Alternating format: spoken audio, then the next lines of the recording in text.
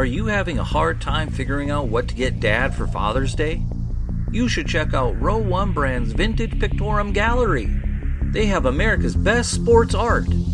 With over 7,200 historic sports prints, you're assured to find something unique for Dad this Father's Day. Instead of a boring old tie, get him a historic baseball photo taken by Henry High Sandom at the historic Polo Grounds Stadium in New York City during the 1894 Temple Cup. Or, if he's an NFL buff, check out the 1963 vintage NFL poster. These are so good looking that you'll be amazed how they turn out. Shop now at sportshistorynetwork.com/row1 and save 15% off your order. This podcast is part of the Sports History Network, your headquarters for the yesteryear of your favorite sport. You can learn more at sportshistorynetwork.com.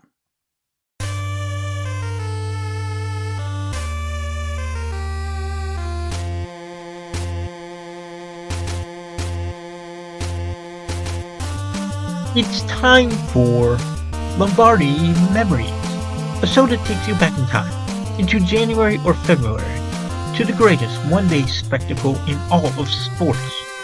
This is the Every Other Tuesday podcast that looks back at each and every one of the 50-plus Super Bowls and tells the story of who won and why. For the fan who needs more than a box score, this podcast goes drive by drive, play by play, for the most dramatic games in history.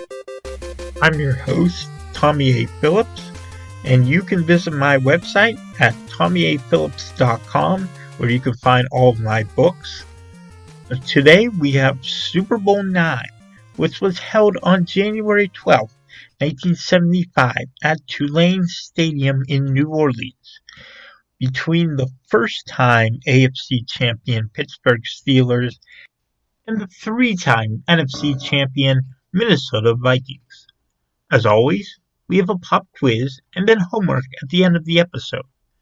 The pop quiz question for today is, what is the record for the least first downs in a Super Bowl? Hint, hint, it happened in this game. The answer will come at the end of the podcast.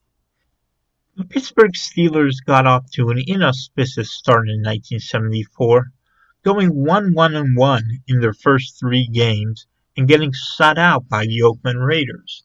But then they went on a tear, and they won 7 of their next 8 games and ended up winning the AFC Central Division at 10-3-1. In the playoffs, they crushed the Buffalo Bills 32-14, a score that we will see in the near future, actually, 32-14. Remember that score. Before winning the AFC Championship game in Oakland over the Raiders, who had beaten them earlier in the season, they beat them 24-13 and advanced to their first ever Super Bowl IX. This Steelers team wasn't quite yet Terry Bradshaw's team, though. He only threw for the second most yards on the team this year, as Joe Gilliam led the way. He threw for 1,274 yards. But Joe Gilliam had a 2-to-1 interception to touchdown ratio. That's right, 2-to-1 interception to touchdown, not the other way around. So that wasn't very good. Bradshaw was a lot better in that regard. He threw for 785 yards and 7 touchdowns during the season, and he took control of the starting job as the Steelers went into the playoffs. The running game went through running back Franco Harris, who rushed for over 1,000 yards and 5 touchdowns. Rocky Bleier and Preston Pearson combined for nearly 700 more yards and 6 touchdowns. Bradshaw was a good runner for this team. He ran for 224 yards and 2 scores. When it came to receiving, it was receiver Frank Lewis who led the way with 30 catches for 365 yards and 4 touchdowns. As for Minnesota, they started out the season 5-0, but then they lost 4 out of 6 games at mid-season. They then went on a 3-game winning streak to end the regular season, made it as division champions of the NFC Central. They knocked off St. Louis 30-14 in the divisional round. Then they beat Los Angeles 14-10 in the NFC Championship game in Minnesota to advance to their second straight Super Bowl. The offense ran through two players, quarterback Fran Tarkenton and running back Chuck Foreman. Tarkenton threw for 2,598 yards, 17 touchdowns, which in those days were astonishing numbers. Remember, it was just a 14-game season at the time, and we were in the midst of the dead ball era. But Chuck Foreman also had a great year. In fact, he led their team in both rushing and receiving, running for 777 yards and 9 touchdowns, and catching 53 passes and 6 touchdowns. Wideout Jim Last led the team in receiving yards with just 45 more than Foreman because he had 631. Foreman had 586. Last, however, did not catch a single touchdown during this season. But remember, this is the dead ball era. The time in NFL history where scoring was way low, really down, and the main stars of these two teams were on defense. The Vikings had their purple people eaters, Alan Page, Carl Eller, Jim Marshall, and Doug Sutherland. Meanwhile, the Steelers had their steel curtain, Mean Joe Green, Jack Lambert, Jack Ham, L.C. Greenwood, Donnie Shell, Mel Blount, and company. This Super Bowl was going to be a low-scoring defensive battle. The Vikings' opening kickoff of Super Bowl IX was short, as Steelers running back Preston Pearson took it to the 36-yard line. The Steelers then went 3 and out to start the game as defensive tackle Bob Lurchema sacked Bradshaw to force a punt. Tarkenton then completed his first pass of the game to receiver John Gilliam for 16 yards. However, after that, the Vikings couldn't move the ball, and on third down, Tarkenton threw it to Gilliam, but he caught it out of bounds. So the Vikings had the punt, and receiver Lynn Swann of the Steelers returned it to the 41-yard line. Rocky Bleier then busted through a big hole for a first down into Minnesota territory at the 45-yard line. But from there, the Steelers ended up getting called for a clipping foul, and then Alan Page sacked Bradshaw to force another punt. So the Steelers had the punt, and then they forced Minnesota to punt very quickly. This is the dead ball era of the NFL, very little scoring. And after a clipping call on the punt against the Vikings, the Steelers forced them to kick a second time, and this time, Steelers defensive back Glenn Edwards returned the punt all the way to the Minnesota 44. Bradshaw found tight end Larry Brown for a first down at the 26-yard line, but then the Steelers couldn't get any closer than the 20. Kicker Roy Girella tried a field goal, but it went wide to the left, no good. The Steelers made the Vikings go 3 and out once again, and then they got the ball back at their own 47-yard line. Franco Harris burst for a big gain on a delay play down to the 28, and then Bradshaw scrambled on a bootleg for the first down at the 18. This got Girella another chance at a 33-yard field goal, but holder Bobby Walden couldn't handle the bad snap on the play, and he ended up getting tackled for a loss, and no points for Pittsburgh there. The first quarter came to an end with it 0-0. The Vikings punted once again, and the Steelers took over. This time, they were befallen by a pair of penalties, a tripping call and an offensive pass interference call on Lynn Swann for pushing off. It got worse, though, because Blyer then fumbled the ball, and defensive back Randy Podol recovered for Minnesota. And that got the Minnesota Vikings a chance at a 39-yard field goal, as this was the first Super Bowl with the goalposts being on the end line instead of at the goal line. And Fred Cox kicked the 39-yard attempt, but it went wide to the right. No good, no points. So now Bradshaw took over. He threw complete to receiver John Stallworth for a first down at the 46-yard line. Blyer then made it into Minnesota territory, but the Steelers were stopped on a third down play. They punted, and Minnesota receiver Sam McCollum made the fatal error of picking up the ball at his own 7-yard line instead of letting it go for a touchback. So the Vikings were now backed up at their own 7. Chuck Foreman gained 3 yards on first down, but on the next play, Tarkenton and running back Dave Osborne failed to get a clean exchange off. The ball bounced back into the end zone where Tarkenton fell on top of it for a safety and a 2-0 Pittsburgh lead. That would be all the points either team would get in the first half. The Steelers went 3 and out after receiving the free kick. The Vikings got something going with a couple of first downs by Foreman and another one by Osborne. But Tarkenton had a pass broken up and it got tipped right to Mel Blount for an interception. Steelers had a few offensive plays there but couldn't get in the field goal range, ran out the rest of the clock, and they went to the locker room with a 2-0 advantage. On the opening kickoff of the second half, Vikings running back Bill Brown fumbled the return, and Steelers linebacker Marv Kellum recovered it.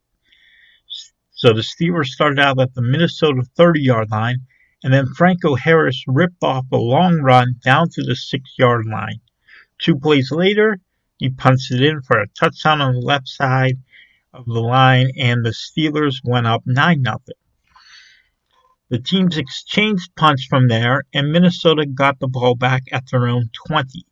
Tarkenton threw a pass that got deflected back into his own arms, which meant that he caught his own pass. But he tried throwing it a second time, and he completed it for a long gain, but it wouldn't count. It was an illegal forward pass, and NBC commentator Don Meredith recognized it right away, and that illegal forward pass carried a loss of down.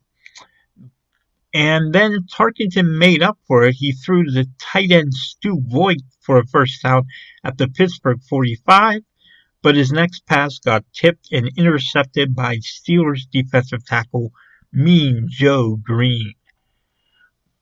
Now, Bradshaw also threw a pass that was intercepted by defensive back Jeff Seaman, but it didn't count. It got brought back because the Vikings were offside on the play.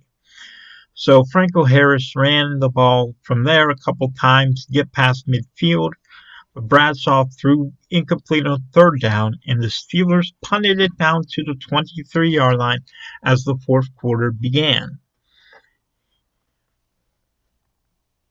So the Vikings had the punt, of course, themselves. Remember, this is the dead ball era. But they got the ball back after a bad exchange between Bradshaw and Harris. Defensive back Paul Krause fell on the fumble for the Vikings. Tarkenton then went long for Gilliam, and he drew a pass interference call on Pittsburgh defensive back Mike Wagner. But then Foreman fumbled the ball, and Green recovered it for the Steelers. And the defensive plays just kept coming after that. The Steelers couldn't get a first down. They had the punt. Then Vikings linebacker Matt Blair rushed through and blocked the punt. Defensive back Terry Brown recovered it in the end zone for a Minnesota touchdown. But the way this game was going, well, Cox missed the extra point off the left upright, so Minnesota remained down 9-6.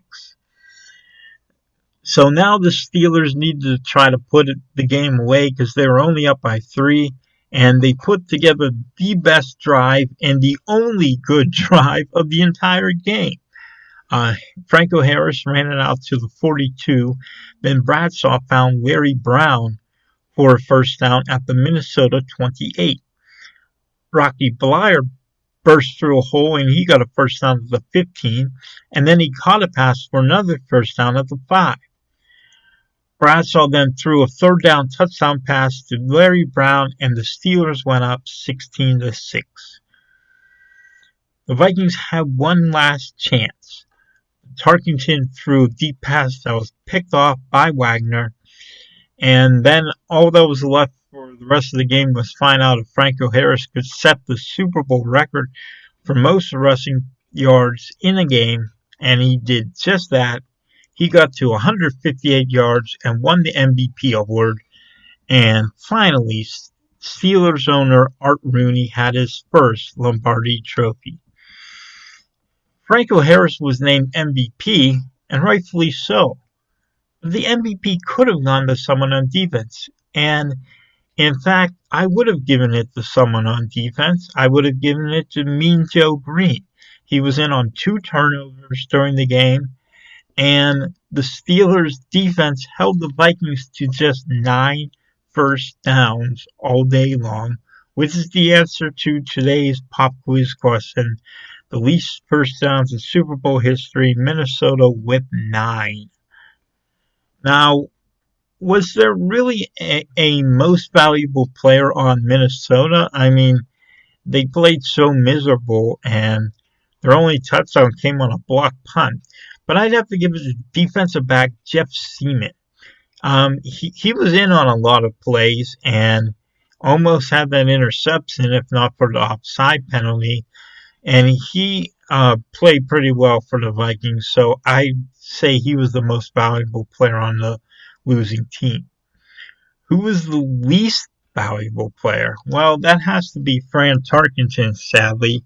He threw 3 interceptions, and since he had already thrown one in the past Super Bowl, that meant he had 4 for his Super Bowl career, a Super Bowl record, and all he really needed was to get 17 points. If he gets 17 points, the Vikings win the game. He couldn't get them any points. Their only points came on a blocked punt. So sorry, but Fran Tarkenton, Pro Football Hall of Famer, least valuable player of this game. Now, who's the best player of this game that you've never heard of? How about linebacker Marv Kellum of the Pittsburgh Steelers? He recovered the most important fumble of the game, the fumble on the opening kickoff of the second half. That play completely turned the game in Pittsburgh's favor. And the reason you've never heard of Kellum, he only intercepted 2 passes in his entire NFL career, which only lasted 4 years. And that also brings me to the biggest play of the game. That was it. His fumble recovery at the beginning of the second half, it was huge, as Al Michaels would say. Al Michaels always liked to say there was a huge play. And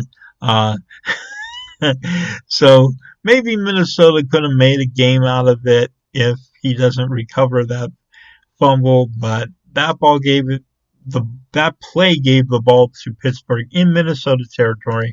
Then they scored the first touchdown of the game just a few plays later.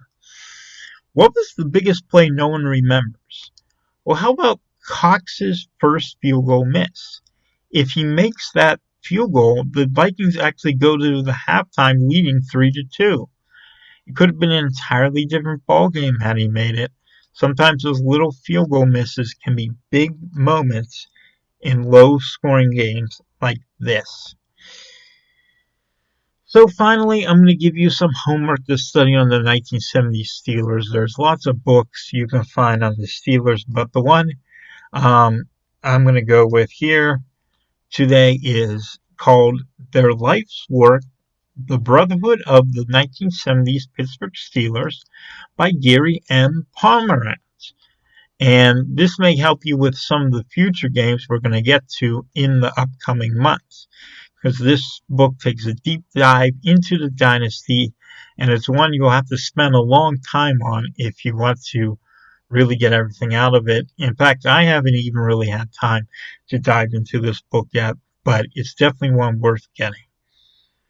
So next time, we're going to have the Pittsburgh Steelers trying to repeat, going up against the first true wild card team to make the Super Bowl, the Dallas Cowboys.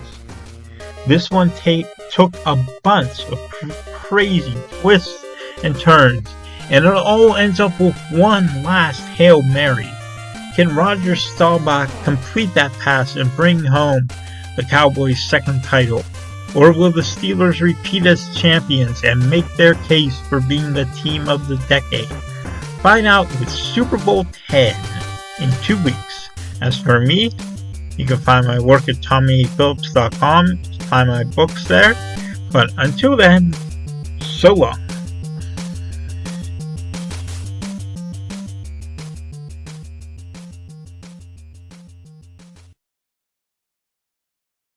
We here at the Sports History Network proudly partner with 26 podcasts, all revolving around the history of sports. But did you know that many of our hosts were sports history authors way before they started their shows? It's true. We've got Joe Ziemba, host of When Football Was Football, Joe Zagurski, host of Pro Football in the 1970s, Mark Morthier, host of Yesterday's Sports, Tommy Phillips, host of Lombardi Memories, and Scott Adamson, co-host of From the 55-Yard Line. All these authors have many books for you to choose from. To check them out, go to our website at sportshistorynetwork.com/sportshistorybooks. Pick up your copy today. Soundtrack provided by Kevin MacLeod of filmmusic.io.